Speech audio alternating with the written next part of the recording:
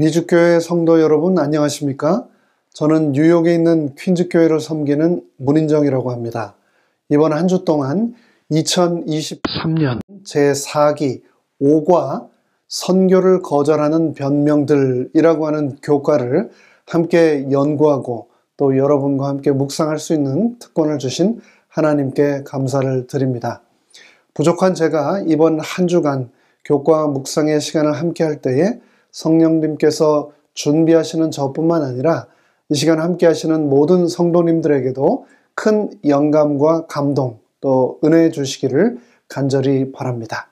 이제 말씀 묵상에 앞서 다 함께 잠시 머리 숙여 기도하겠습니다. 하늘에 계신 저희들의 아버지 하나님, 우리를 하나님의 아들과 딸로 불러주시고 또 거룩한 사명에 동참할 수 있는 특권을 주셔서 감사합니다. 이번 한 주간 저희에게 주신 이 말씀을 통하여 아버지 하나님의 음성에 저희가 귀 기울여 집중할 때에 성령님의 미세한 음성을 듣게 하여 주시고 그 말씀대로 살아가는 우리 모두 되도록 축복하여 주시옵소서.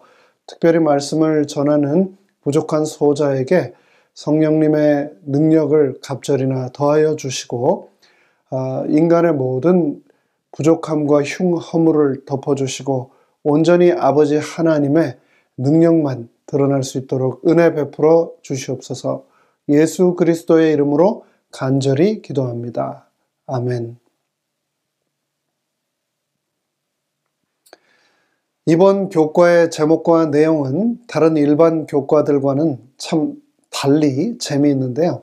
제목 속에 거절이라는 단어와 또 변명이라고 하는 단어가 들어가는데 이런 단어들이 여러분의 삶, 특별히 그리스도인으로서 살아가는 삶 속에서 익숙하신가요? 아니면 낯서신가요?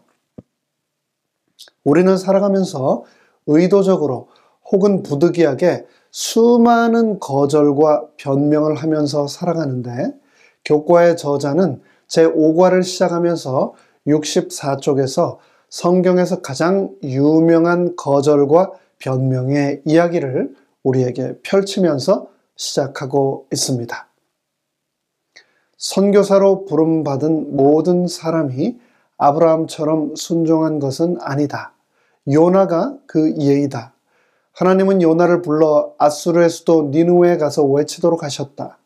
오늘날 이라크에 위치한 니느웨는 예루살렘에서 900km나 떨어진 도보로 한 달 정도 걸리는 거리에 있었다. 요나는 가기를 거부한 것만 아니라 심지어 반대 방향으로 도망쳤다. 요빠에 도착한 요나는 현재 스페인 남부로 추정되는 다시스로 가는 배편을 마련했다. 장장 3200km의 뱃길은 날씨에 따라 최소 한 달은 걸렸을 것이다.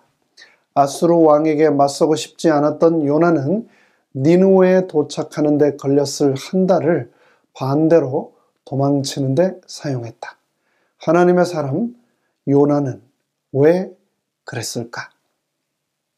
니느웨 사람들은 악독하고 잔인하기로 악명 높았고 이스라엘과 유다를 공격했던 사악한 민족이었다. 그럼에도 불구하고 하나님께서는 요나를 부르셔서 니느웨로 가서 그 큰 악에 대해 외치도록 하셨다. 이 장의 표현은 창세기 18장 20절 21절에서 하나님께서 아브라함에게 소돔과 고모라에 관해 사용하신 표현과 매우 유사하다. 그러나 요나의 반응은 아브라함과 사뭇 달랐다. 사명을 피하기 위해 변명을 만들어내는 요나의 태도에서 우리는 무엇을 배울 수 있는가? 이번 한 주 동안 우리는 요나의 이야기를 통해서 선교에 대한 오해와 잘못된 생각을 바로잡고 하나님을 더욱 신뢰함으로 변명을 극복하는 힘과 능력을 얻게 될 것입니다. 그 일을 위하여 성경 본문 요나서 1장부터 4장까지를 정독하실 것을 부탁드립니다. 요나서를 읽어보신 분들은 누구나 이런 질문을 해보셨을 겁니다. 요나가 도대체 왜 하나님께서 주신 사명을 피했을까? 그 이유가 무엇이었을까? 라고 말입니다. 저는 개인적으로 더위를 굉장히 심하게 타는 편입니다. 일전에 섬기던 교회에서 네팔로 의료 선교를 간 적이 있었는데요. 그곳에 도착하는 순간부터 떠나는 날까지 하루에도 수없이 아무리 샤워를 해도 땀이 말 그대로 줄줄줄 온몸을 타고 흐르던 기억이 지금도 생생합니다. 그 지역에서 최고로 좋은 시설이라고 하는 숙소에서 잠을 자는데도 침대가 흥건하게 젖도록 땀을 흘리면서 잠을 설쳤던 기억, 지금도 강렬하게 제 머릿속에 남아 있는데요. 그곳에 계신 선교사님은 도대체 어떻게 사시는지 그 사실 하나만으로도 저는 그냥 고개가 숙여지고 또 존경하게 됩니다. 지난달에는 방글라데시에서 사역하시는 한 선교사님이 저희 교회를 방문하셔서 그곳 선교지의 소식을 전해주셨는데요. 만나기 전 카톡 프로필 사진으로 뵙기에는 목사님이 하얗고 또 통통한 귀공자 스타일이셔서 그렇게 기대하며 공항으로 모시러 나갔었는데 실제 뵈니 그보다도 훨씬 마르고 그을리신 모습이었습니다.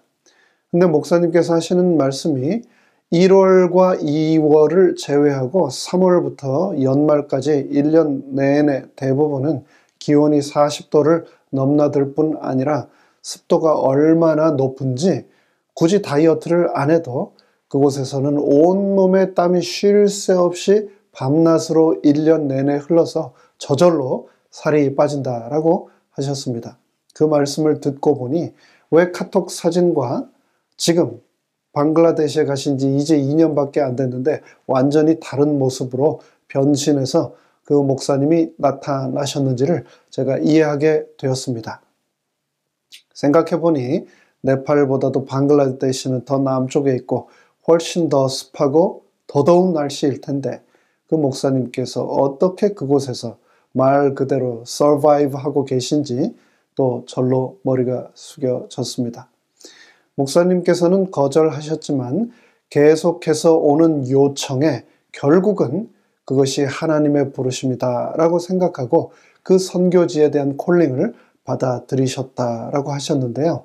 만약 하나님께서 저를 그렇게 덥고 습하고 개발이 안 되어서 생활이 불편하고 가난하고 수많은 위험에 날마다 노출되는 곳으로 가라고 부르신다면 과연 나는 바로 네, 주님, 제가 여기 있습니다. 저를 보내십시오.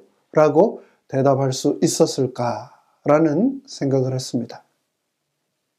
그렇다면 요나는 왜 그랬을까요? 요나는 하나님께서 니느웨 선교사로 부르셨을 때 왜 거절, 사실 단순한 거절에서 훨씬 더 나아가 정반대의 방향인 다시스로까지 도주를 했을까요? 요나가 생각하기에 자신은 니느웨의 날씨가 자신과 맞지 않아서 힘들까봐 그랬을까요? 아니면 니느웨가 위험하고 또 험한 곳이다 라고 생각해서 그랬을까요?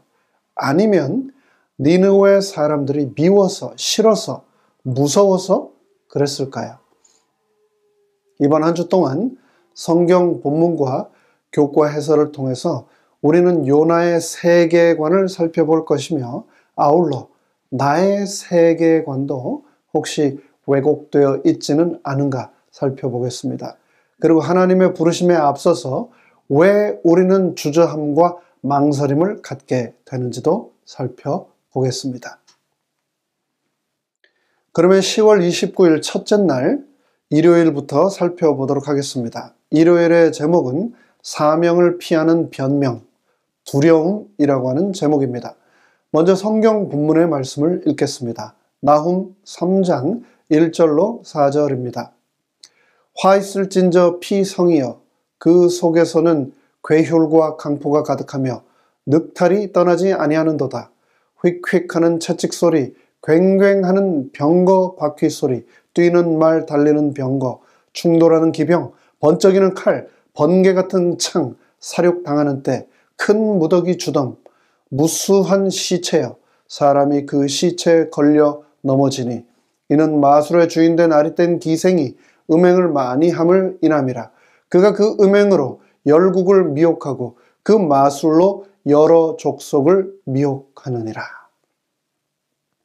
성경 저자는 니느웨를 1절에서 The City of Blood, 피의 성이라고 부르고 있습니다. 즉 피를 마음대로 또한 분명히 아무런 양심의 가책 없이 흘리던 곳이라고 기록하고 있습니다.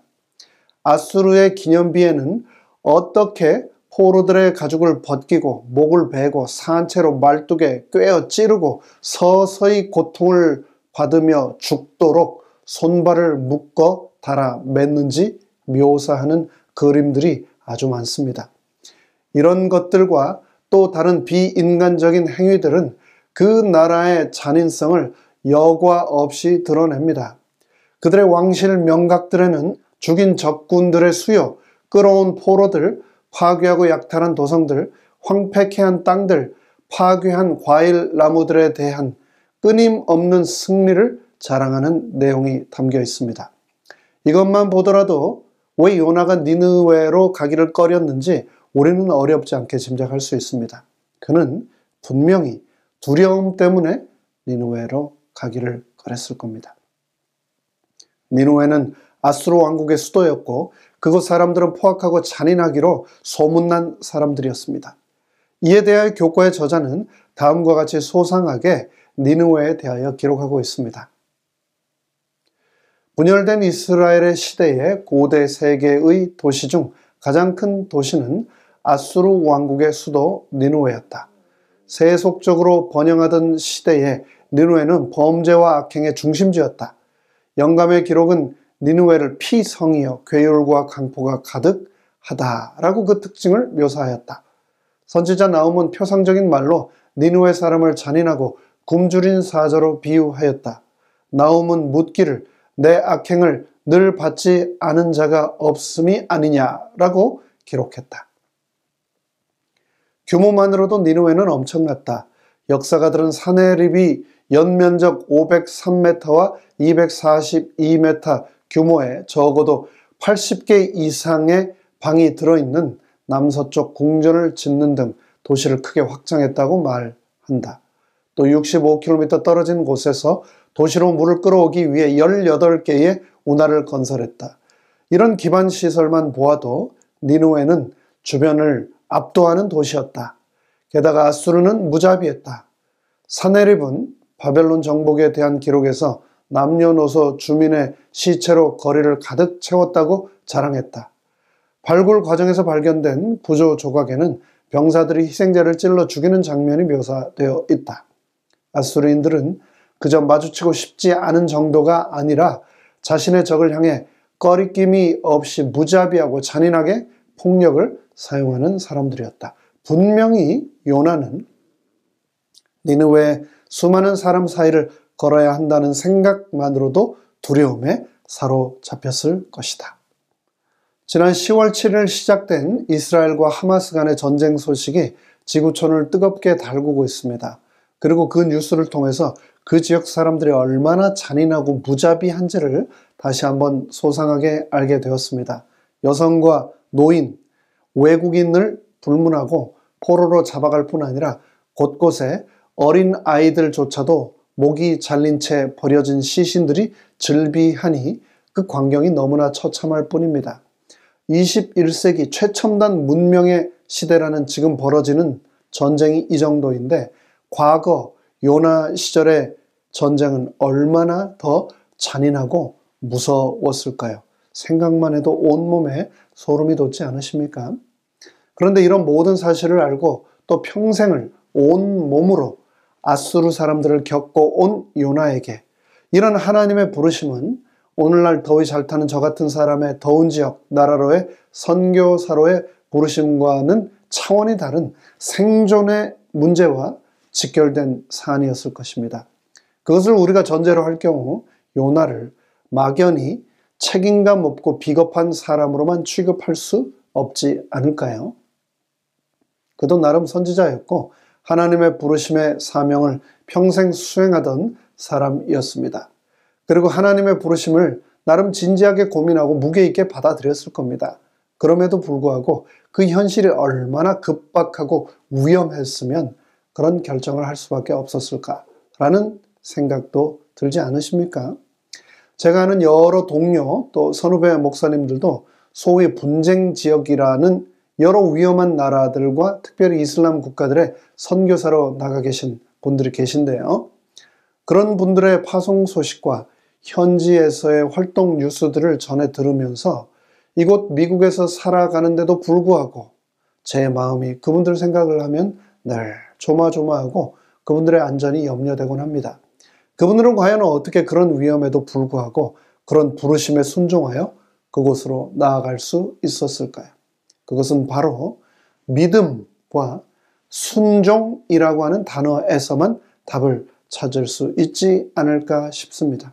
그런 의미에서 믿음이란 참된 그리스도인의 삶에서 결국 우리 인생의 크고 작은 두려움을 순종으로 극복해 나가는 여정이라고도 볼 수 있겠습니다. 이제 오늘 교과 해설을 마치면서 한 번쯤 들어보셨을 만한 이야기를 다시 한번 드리겠습니다. 어떤 사람이 공동묘지를 넘어 막 마을로 내려가려고 하다가 너무나 밝은 얼굴로 그곳에서 뛰어노는 꼬마를 만났다고 합니다. 그 사람이 그 아이가 너무나 신기해서 이렇게 물었다지요. 얘야, 공동묘지 너는 무섭지 않니? 이렇게 묻자 꼬마는 아니요 라고 하면서 오히려 이상하다던 듯 쳐다봤답니다. 그러자 행인이 다시 물었습니다. 왜 무섭지 않지? 라고 묻자 꼬마는 활짝 웃으며 말했습니다. 우리 아빠가 이 묘지 관리인이시거든요. 그렇습니다. 이 아이처럼 하나님을 인생의 주인으로 삼는, 내 인생의 관리인으로 삼는 사람은 어떤 상황에서도 두려워하지 않게 될 겁니다. 그 대상이 수천 년 전 피해 도성 니누에, 아수르의 무자비한 군인이든지 아니면 오늘날을 살아가는 내 삶의 매 순간 숨통을 조여오는 경제적 궁핍이든지 아니면 내 육신의 질병이든지 아니면 가족이나 지인들과의 관계의 문제든지 그것이 무엇이든지 우리는 두렵지 않게 될 것입니다. 이사야 41장 10절에서 하나님은 분명히 말씀하셨습니다. 두려워하지 말라. 내가 너와 함께함이라. 놀라지 말라. 내가 바로 너의 하나님이다. 내가 너를 굳세게 하리라. 참으로 너를 도와주리라. 참으로 나의 의로운 오른손으로 너를 붙들어 주리라. 라고 말입니다. 하나님의 의로운 오른손이 오늘도 여러분과 동행하시기를 간절히 바라며 일요일 첫째 날 말씀 묵상을 마칩니다. 함께 머리 숙여 기도하겠습니다. 하늘에 계신 저희들의 아버지 하나님, 이 세상 정말 두려운 것들이 날마다 우리의 삶을 밀고 날마다 들어옵니다. 하지만 두려워하지 말고 놀라지 말라고 하시면서 하나님의 오른팔로 오른손으로 굳게 나를 지켜주시겠다고 한 그 약속을 오늘도 우리가 가슴에 품고 새기며 살아가는 저희가 되도록 축복하여 주시옵기를 예수님의 이름으로 간절히 기도합니다. 아멘.